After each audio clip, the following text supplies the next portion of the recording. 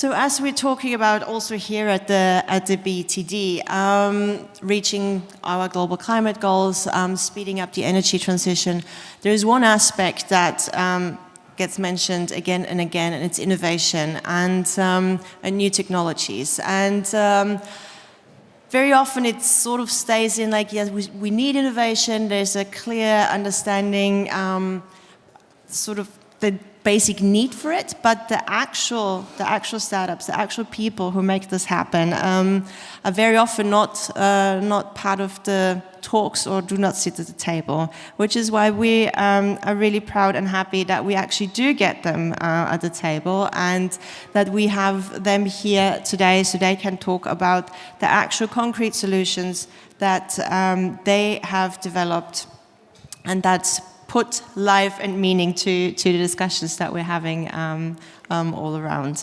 So I'm very happy to welcome you here on stage. So now I have like a different order on my on my paper, but I'm going to start over there. So Tobias Engelmeier is co-founder of Vida.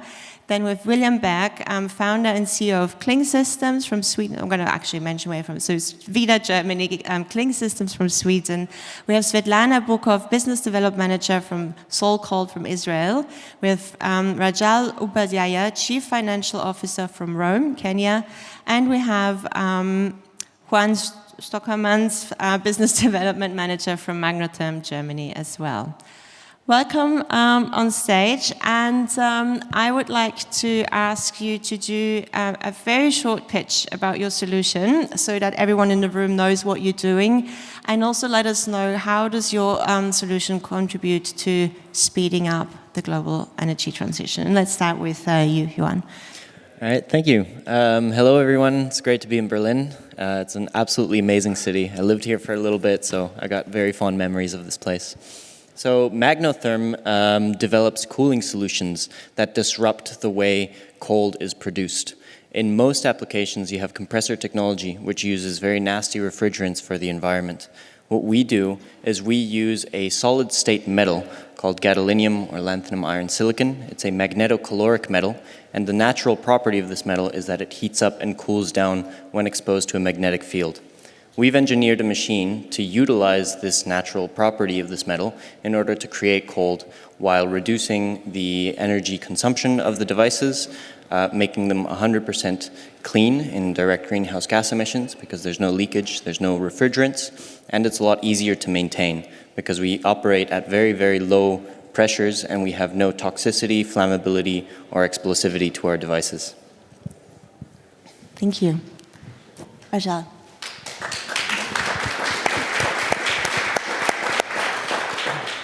Thank you, Pia, and good afternoon, everyone.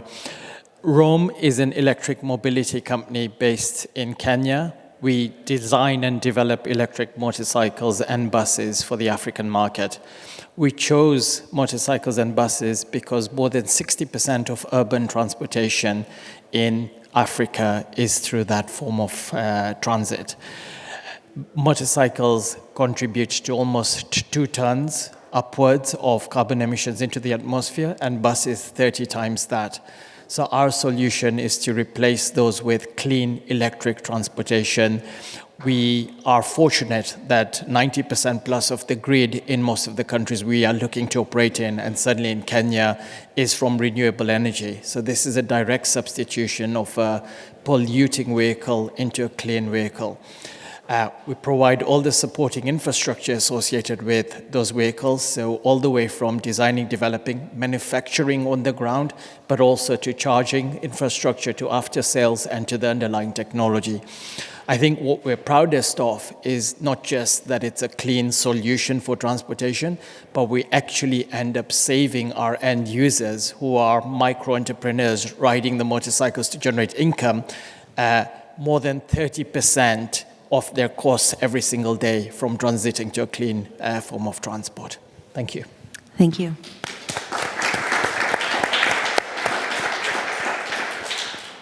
Good afternoon, everyone, and first of all, thank you for the honor of being here. I represent SolCode. SolCode is an Israeli startup. We are located in half an hour from Tel Aviv, and our unique team is 24 people.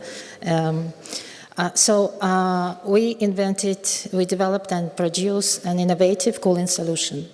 And by the way, we call it Glacier. Glacier means powerful and efficient cooling.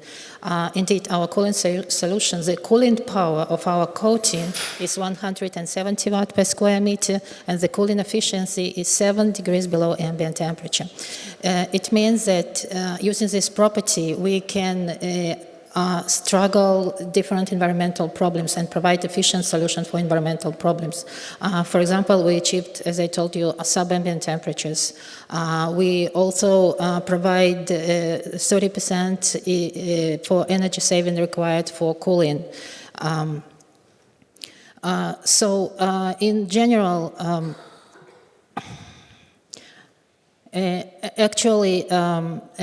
I just wanted to say that we are very enthusiastic, and we'd like to invest invest our efforts not only locally in Israel, but go beyond, go regionally into the Middle East, and far beyond it, also to the European Union and globally. We hope that you join us, the international community will join us in these efforts, and thank you very much. Thank you. Thank you very much, and thank you everyone for coming here. I'm William from Kling Systems. We're based in Stockholm, Sweden, and we're developing the most comprehensive circular platform for batteries. My background was at Northvolt's recycling team back in 2019 and 2020, and I was looking into how do you actually source batteries to recycling, and it turned out to be a very, very difficult task because, where do you go? Batteries can in fact be reused and repurposed and recycled, and just over the last few years, tens of billions of dollars have been invested into the companies trying to make batteries circular. But the biggest challenge still remains, which is for them to actually access enough supply to scale their businesses. And because batteries can in fact be reused and recycled, it's become a big challenge to understand, when should one battery be recycled and when should it be reused? Should this battery be valued at its energy price or its raw material content? So what we're developing is a circular platform that enables the ecosystem of battery circularity, including car dismantlers, all the way up to car manufacturers and battery producers, to participate in the ecosystem of circularity and make sure that everyone accesses the right batteries at the right time. So the platform enables trading of batteries and traceability of batteries, and then global transportation of batteries. Thank you.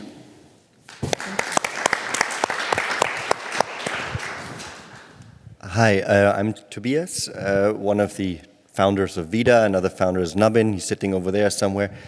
And what we do with Vida is, we're a software company, and we have a map-based software that accelerates how we invest into, I would say, climate-intelligent infrastructure. For example, energy infrastructure. We work a lot with people who develop solar power plants, wind power plants, etc., grid lines.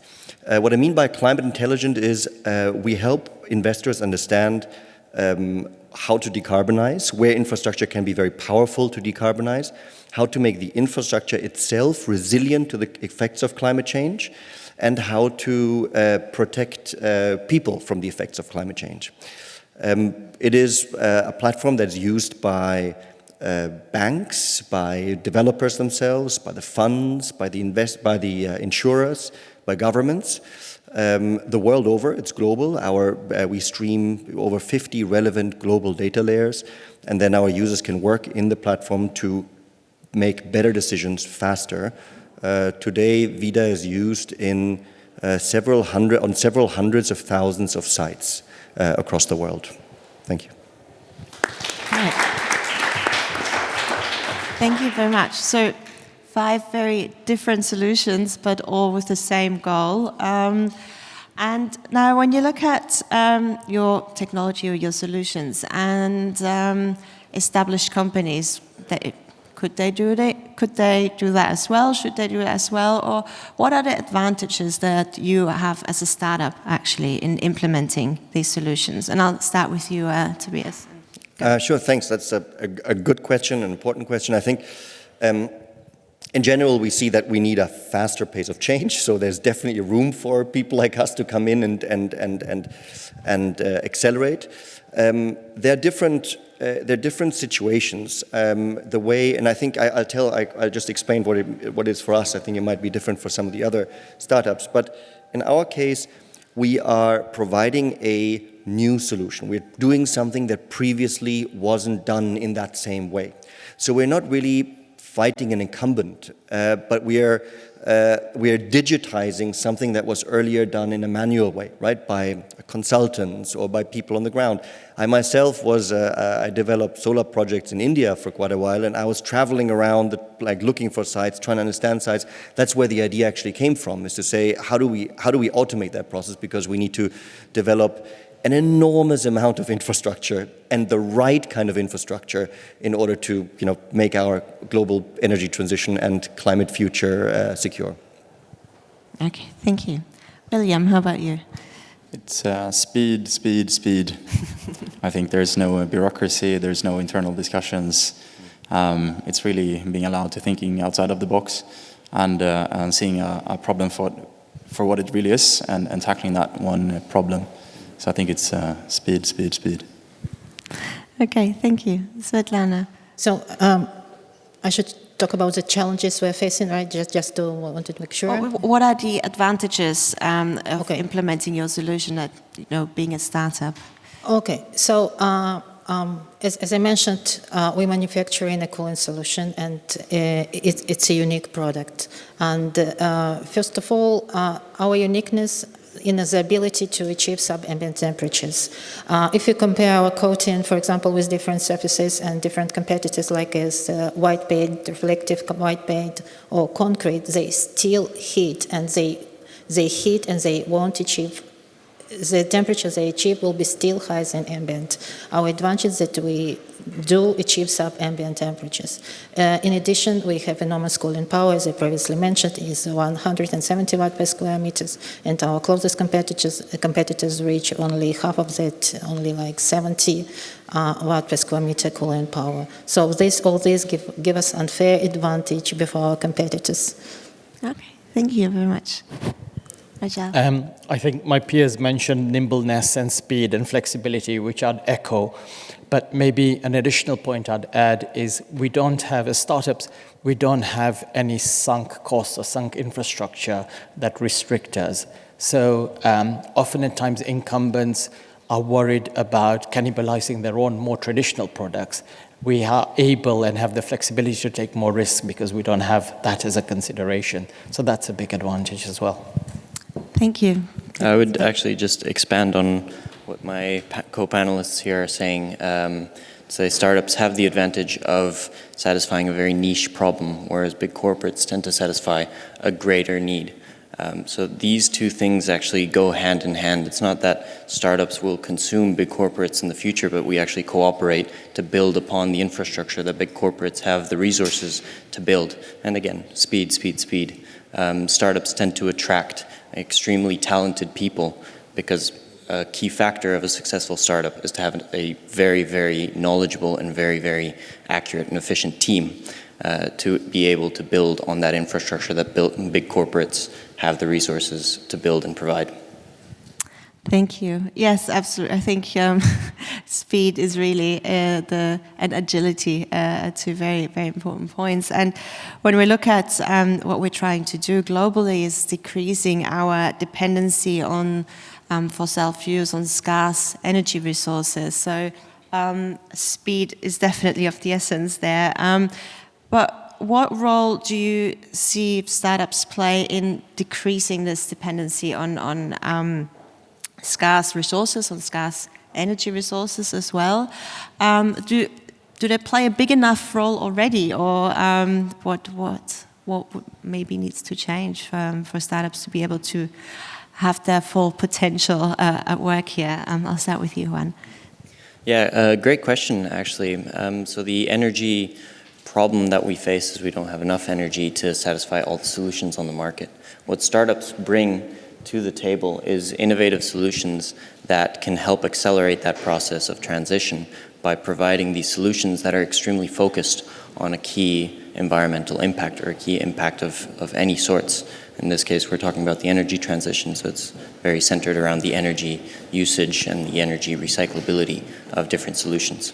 So what startups contribute to this global landscape is the ability for big corporates to find these solutions and implement them on a much bigger scale in order for both the startup and the rest of the world to benefit from the pros that these solutions bring. Thank you. Yes, no, agree. And are we there yet? No, by no means. The need's huge and the need's urgent. We at the heart of Rome, actually, is a direct substitution of expensive, polluting petroleum to drive transportation with cleaner, renewable sources of energy that is both in benefit for a lot of the macroeconomic environment for the global south, but also the microeconomic consumers by saving them costs whilst creating better environment and better healthcare standards. So we need to just do a lot more of it a lot quicker. Thank you. I would like to start with some figures. You might probably know, there are 6,000 startups in Israel. It's an enormous force of talented and motivated people. And I believe that startups, they are more flexible, they are less bureaucratic, they more quickly tend to take different decisions. So this possibility, this energy, is a very strong drive towards sustainability, to more greener future and to more probable sustainable solutions. Thank you. William. Thank you. I'll take the opportunity to discuss the importance of circularity in the battery supply chain. On your question on how do we use our resources better. Batteries is really a good technology for the long term, as it enables both electric mobility and also renewable energy and all the devices we are carrying or having in our homes. But they cannot be the long-term solution if they're single-use items. They must be reused and repurposed and recycled, which can be done. The challenge for the industry is alluding to your impact or answer earlier, is that there's so much infrastructure that is obsolete or old and so on. What startups is contributing with is just new solutions, new ways of doing things. The entire battery recycling industry is basically built on startups or intrapreneurships, startups within large corporations. So it's really thinking outside of the box and taking new technologies to the market that can, for the battery industry at least, using battery raw materials much better. Your turn. Thank you. I'm not entirely sure what the question was, but how can we be more efficient with our resources, or how do we contribute to resource efficiency? Okay. Now, as we're a software startup, so it's slightly different to some of the hardware startups. But I see that, so from our experience, it's a really interesting moment in time right now, where there's a confluence between technology. So the technology is on our side, at least from a software side. I feel that, right? I don't know, hardware is tougher in many cases, but on the software side, there are tools out there. AI is just one of them that we can start deploying they're just massively empowering, and they don't need that many resources, right? It's just about being quick and smart and agile and being able to use those tools. That's one side. The other side is there is an enormous there's a talent wave that comes our way. I mean, that's why we all sit here, right? The people who my colleagues who work with us, they're very smart and very talented, very well, they're just great at what they do. And they do it because they want to work in a startup. They don't want to work in a big company. And they want to put their talent to use where we are. Why? Because it's more exciting, it's more fun, it's all these kind of things, but it's also purposeful. So I'm not sure I answered your question in a good way, but I feel that there's a real kind of point in time that we can use and must use at the moment. Absolutely. I think having worked in the innovation and startup sector for a while now, I also feel like every year there's more power and drive and energy behind it, and startups are getting the stage and the visibility that they need, and corporates start to work together a lot more with startups, which is really great to see. I think one important aspect that has come up here today as well a couple of times already is the aspect of a just transition and diversity. And so I wanted to ask you, how does your solution, your startup, contribute to that just transition and the aspect of diversity? And what do you do to make sure that you, in your startup, have a good diversity in place? I'll start with you, Juan. Yeah, thank you. That's an absolutely great question. I'm very happy you asked it. Different minds bring different ideas to the table. So it's absolutely crucial to have a diverse team building on the solution, to have that eclectic range of ideas brought to the table, whether it's people from different nationalities, different genders. All differences matter, and all voices should be heard.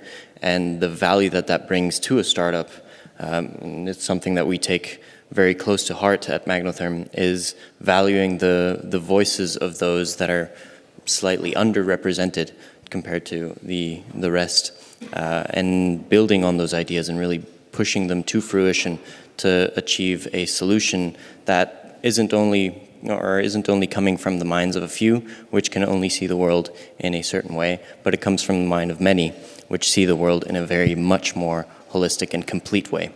I think that's the value that diversity brings, especially to startups, but also to big corporates. Thank you. Yeah. Our end consumers are not homogeneous, so it would be a mistake for us to be homogeneous in order to service them, right? So very important to bear that into consideration, and the best way of bearing that into consideration is by making sure we're not building a homogeneous organization internally. Oftentimes that's easier said than done, frankly, but I think at Rome we try and make great efforts to try and bring that diversity wherever we can. As an example, one of the advantages of an electric motorcycle is it's easier to drive. There are no gears, the brakes are far more responsive. That means it's easier to introduce new drivers, female drivers, into the equation. We designed our batteries such that it plays on the upper end of that range, albeit, but we designed it such that an average female rider in Kenya can lift it and handle it ourselves. So a lot of thinking goes in, not just into the design of the product, but then internally into the teams that we're setting up in order to build those products. We're work in progress. We've got a long way to go in that. But yeah, I'll repeat, our customers aren't homogeneous. We can't afford to be homogeneous. Thank you. Well, I do believe that diversity is very important, and I estimate that gender equality is also included into this question. For example, for our startup, we have 24 people in Israel and 8 women in different positions. And everyone comes from different backgrounds, educational backgrounds, cultural backgrounds, etc., etc. For example, myself, I just give a personal example. My academic background is in international relations from the University of London. And first thing that they learned me is to dream high. And I'm dreaming high. And I try to invest this potential into our company, into our solution. So no matter what is your background, everyone in our company with different background, with different cultural and educational background, but we all try to invest this dreaming high into the future of our company and our product. Thank you. William. I think I'm going to follow up on your earlier answer again, which is startups are really good at attracting different people, and people are just very excited about doing and executing. And you should go to a battery event, and you can probably assume who you'll see. It's middle-aged white men in suits, and it's hundreds of them, and there's maybe a few women here and there. If you look at the larger battery events where they also invite startups and so on, it's much more diverse. We attract talents from the universities who are just curious, and so what we filter on is curiosity and passion and self-drive and ambition, and that we haven't really found any over or underrepresentation. Like, we're equally curious across the spectrum. So I think what startups is really good at is being a beacon of talent that kind of pulls in new blood to the incumbent industries. So you ask about both the kind of just energy transition and then the diversity, right? In our case, there is an interesting link between these two, because we actually started out serving the emerging economies. We're born out of, most of our work in the last 2 years, 3 years, has been in Africa, in South Asia, now Pacific, Caribbean, Latin America. And now from that perspective, I know I'm from Germany, I live in Munich, but we're kind of entering the German market, so it's a very unusual kind of situation. So we're now actually expanding towards global infrastructure investors in Europe and in the US mostly. But why we started in our journey servicing a lot of customers that are based in, for example, Africa, we made a point of having a diverse set of people from the African continent working on our product. So we signed an agreement with a partnership agreement with the Carnegie Mellon University. They have a very good campus in Kigali, and they train some of the smartest machine learning engineers, software engineers. We set up an office there. So now we have that's one of our not sales hubs but production hubs. These are the guys who build what we now sell to German customers and to international customers. Other than that, we have a very diverse team. We're now 42 people. We have an office in Munich that's kind of small. We have an office in Kigali, 8 people. And then we have people in Nairobi and Amsterdam and London and Madrid and all the places where that are nice to live in, where people kind of gravitate to. We see, just kind of on the diversity, and then I'm going to be quiet, but I see there are a couple of challenges to it as well that we see. So one is that as we grow, I'm kind of currently hit by the requirement to communicate because it's diverse and remote, right? So people aren't around in the same place. So it's really a task. It's a real job to harness. So there's all the benefits of diversity, right? We can attract talent from everywhere and we get very good people. But there's an maybe not as big a task because on the our bottom line is still great, but there is a task on the other side to really communicate all the time and bring people together, and that is quite substantial. And then we see kind of some kind of fault lines emerging, right? There are cultural fault lines, there are maybe gender, although I didn't see any. There are fault lines between different types of teams, more technical, more market-driven, between ages, right? So there's a lot we have to we have to manage through communication. We just hired 2 very good HR professionals who are literally doing that. That's very impressive, actually, and I think communication is a challenge we're all facing in times also of remote work where you don't come together as a team every day anymore, and certainly a challenge. But talking about challenges, so that's certainly a challenge. But looking ahead, or looking also what you're currently doing, what are the main challenges that you're currently facing when it comes to implementing your technology? And I'll stay with you, Tobias. We are at a stage where we have last year raised money to build out our business in a new market. And we're in the middle of that process. And that has all kinds of challenges. It's new, you need to start learning a new language. It sounds a little bit like these battery conferences sometimes. So we have to, so there's a new, that's what we're kind of all focusing on. That's one part. It's a challenge, it's a task. It's just the one thing that we're really working on very hard. The second one, from my perspective, is what I mentioned before, is that as the team grows and it's diverse and it's remote, it's just really, really, really, it's important to build a team, to think about the values. And that's a tricky one because value sounds jaded so quickly, right? And you say like, oh, who cares about values? But so we had a long discussion about values in the team, and we said, okay, what if we choose certain values, what does it cost us, right? What are the instances where this value has a price?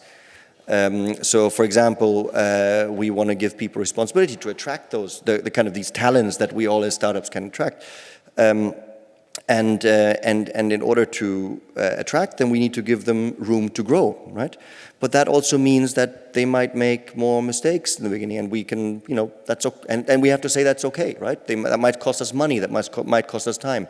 But we say that's okay. We want that, and we give them the support they need, and we give them the opportunity to grow, as an example, right? So it's HR, I'd say, and new market for us. Okay, thank you. William, how about Cling System? To grow and scale, I think it's the biggest challenge in the battery industry currently is regulations and legislations and certifications. If you're going to either build a second life battery or implement or build a new battery recycling facility, we're talking months and years of paperwork, which has a good side, but it comes at a very slow speed. I'm also quite worried for the European competitiveness. US has the IRA and money, and China has processes since 20 years. There's currently more than twice, double the cost to recycle batteries in Europe than in China. And they're getting better and better, and we're losing out of feedstock, so we cannot get better and better. And the batteries are leaking out of Europe, and the black mass, which is an intermediate material in the recycling process, is leaking out of Europe to the US and to China, Malaysia, Korea. Europe really has to step it up in terms of making it easier to have a circular economy in Europe. It's too costly, it's too complex. Takes too much time. The biggest enabler for us would be to be invited to the tables to discuss how can we actually streamline regulations and legislations. Very good, thank you. Svetlana? Currently I'm thinking about 3 challenges. I hope I won't forget till I proceed, but in any case, the first challenge, it's the challenge of standardization. Because we produce a specific material, it's a cooling coating. So currently there is no standardized system to compare different cooling materials, though there are not so many, but still. Also, there is not any standard to measure the cooling effect, the power required, the saving of the power required for cooling, and also CO2 reductions. But still, we are trying to overcome this challenge, and one of the steps we did, we are trying now, we're in the process of joining European consortium, standardization consortium, which is called Parametric Consortium, which is led by Italian Standardization Institute. So this is one challenge. The second one is regulation. As I mentioned, our product is unique in the market, first of the kind. So. And we are aiming high, as I previously told, so we want to proceed further to the European market. And there is a substantial difference between local regulations and European regulations, so we should overcome this. And the last one, it's the process of scaling. And as we are aiming moving beyond the borders of our regional borders. We try to also probably to open the production line in the European Union, etc., etc. So we need some support, financial support. It's actually not a problem, but as we're dreaming high, we're aiming to the grants from the European Union, and it might be challenging, but we're still trying to do it. So, and I believe we're in the right way to proceed. Okay, thank you. Yeah, getting grants from the European Union, I think everyone can feel that pain. Rajal. I'd say the challenges we face are in two categories. First is we're a hardware-led manufacturing business. Manufacturing anywhere in the world is hard. Manufacturing in an emerging market is twice as hard, all the way from what you spoke about, attracting the right talent, to making sure our supply chain works, to the relative lack of depth we have in our markets. These are all challenges that we need to overcome. The flip side of that equation, of course, is when we overcome these challenges, we develop and build a very sustainable, not just figuratively, but literally, business by being quite a defensive business. So that's the advantage of overcoming some of those challenges. And then number two is access to capital. We are part of the Global South. We need to tap into pools of capital in the North. So that's international capital. Part of that requires taking potential investors on a journey alongside us. We're very focused on getting that balance, getting that equation of people, planet, and profits right, because it's only through the third of those three legs that we can be sustainable and scale. But that requires taking investors on a journey that even on a risk-adjusted basis, the returns are attractive enough to attract not just impact capital, which there's immense amounts of, but also risk capital, because the returns are there. Thank you. Juan. Yeah, I'll focus a little bit on magnotherm as well, because it's quite an interesting innovation that we're doing. With any deep tech company that deals with building a product, it always is very slow, very expensive, and very risky. What if it doesn't work? What if people don't want it? For the cooling market, the challenge that we have is really gaining the trust that our solutions are the better solution. And the reason for this is because no one's ever heard of magnetocaloric cooling before, because it hasn't existed. The effect was discovered in the 1920s, but back then refrigerants were cheap and climate wasn't a big part of decision making, so they became mass adopted. It's getting that traction and getting that entry into the market and that trust to develop our products and to put them in real environment positions so that people and companies and corporates and policymakers can see the technology and really understand that it works, it is a viable solution, and it is a viable substitute for the compressor technology. And it is about time that this happens. I mean, the core of compressor technology hasn't been changed at its root since before the Kingdom of Italy was established. That's a long time ago.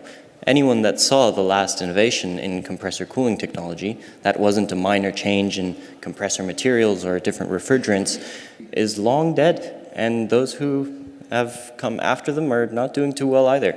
So it is, the big challenge for magnotherm is really getting to market and getting that trust to be the next generation of cooling and to establish our products in the market. Okay, thank you very much. Challenges, but I think if we all work together, they can certainly be overcome, and I hope you get to have a lot more interesting talks today with people who will help you in overcoming these challenges. We're very fastly approaching the end of our session. We have time for one last very quick question. I would like to ask all of you, where do you see your company in 1 year from now? And is there anything that you need to get there? Very quickly, Juan. Yes, being mindful of time and my colleagues here. In 1 year, Magnotherm hopes to have entered the market and established themselves as a viable solution to compressor technology. So addressing this challenge I just mentioned. We have pilot partners in the pipeline. We have a new funding round coming up at the end of the year that will be used to mass produce the product that we're developing in conjunction with our clients to make sure we address the needs that need to be addressed. So in 1 year, we hope to have that trust, and we hope to start rolling out the first magnetocaloric devices into the market to start making a real impact in this long-forgotten industry. Thank you. Rome had a commercial launch of its electric two-wheeler, its electric motorcycle last year. We have received excellent feedback from our customers. So we've established product market fit. We have established the headroom for the opportunity. And our focus this year is on scaling up what we know is a product that has been accepted and that works. We've raised some capital in order to be able to do so.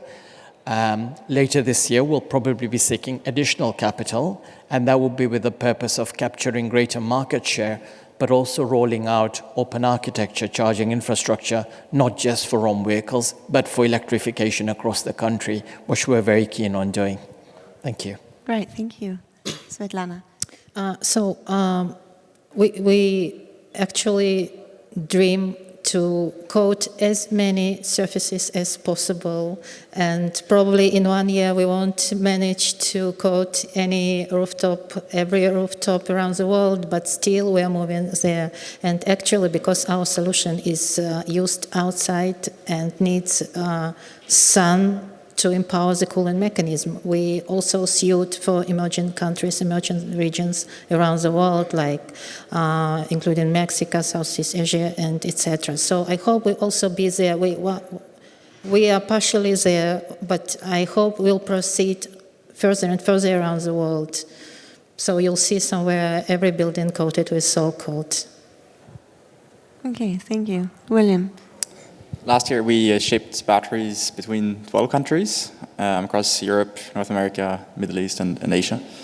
We're continuing to on that trajectory to ship batteries around the world, and in a year, we will have anchored our position as the leading circular platform for batteries around the world, opening up a Series A fundraising by the end of this year. So hopefully that's closed as well. Cutting shorter. So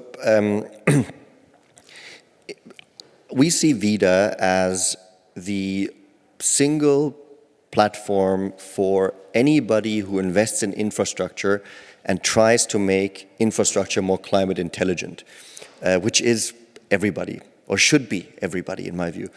So that includes the governments that decide on infrastructure, the public sector players, the banks, the infrastructure funds, the developers, the insurers, the lawyers, the consultants, the entire ecosystem.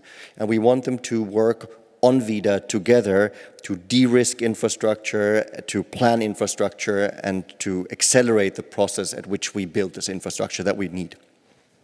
Okay, thank you very much. Thank you, all of you, for being so bold and taking the leap into setting up a startup and developing new technology solutions and really contributing towards reaching our global climate goals. We need you, we need more of you, and we're very proud that you're part of the Set Globe Innovation Platform. Thank you very much for joining us here today. And yes, I think you'll be around for a little bit longer. Please do talk to startups. Please find out about what they can do, how you can work together so that their technologies, their solutions can scale fast and quickly and unfold their full potential. Thank you for staying here with us today, for listening, and have a wonderful afternoon, everyone. Thank you very much.